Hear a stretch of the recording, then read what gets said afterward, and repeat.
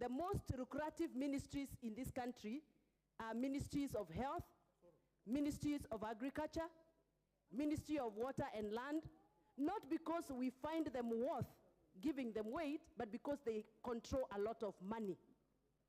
We ignore the critical ministries like Ministry of Planning and Finance, the ministry that is supposed to be giving us economic planning, well contributed and well thought, that is supposed to have advised us on the CBC before implementation. Like one of my colleagues have said, Madam Speaker, I still as a teacher do not understand why we had to go the million kilometers rush to implementing CBC. I do not know the people who sat in a certain boardroom and decided that they are going to implement CBC, even against the advisory that was given by the then Cabinet Secretary, Madam Amina.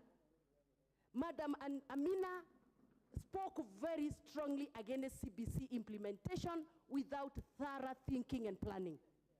But I do not know the kind of motivation that was behind the so-called the government of the day, that we had to take a risk to mess a generation in this country by hurriedly implementing a system that has not been framed properly. Madam Speaker, as a mother, it pains me to walk into schools like in my constituency and find 4 learners in a school which is supposed to be a JSS center. 4 learners. How do we employ 4 teachers for 4 learners? How do we put a laboratory for 4 learners? How do we buy equipment in the laboratory for 4 learners? Where are economic planners that are supposed to be advising the governments of the day? What are they doing and why do we pay them a salary in those offices that they sit? Madam Speaker, it is sad that we are politicizing the life of a generation of this country. We must come fresh and real to what we are doing. It is time we asked ourselves whether we are doing justice to the seats that we've been given by the people of Kenya. They have elected us so that we can advocate for the rights of their children. Most of these parents do not have a voice. We have a voice.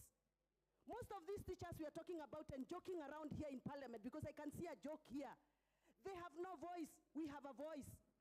We must stop politicizing CBC and become the parents God has made us to be. We must become the leaders that have been elected honorably to stand in the gap and save a generation. How many children are at home right now because they cannot afford uniform for JSS? How many children are at home right now because they cannot afford a desk? Madam Speaker, shockingly, these are the same children, runners who are in primary school. They had a desk, but just because they have graduated to JSS, they are being forced to buy a fresh and a new desk. For what purpose, Madam Speaker?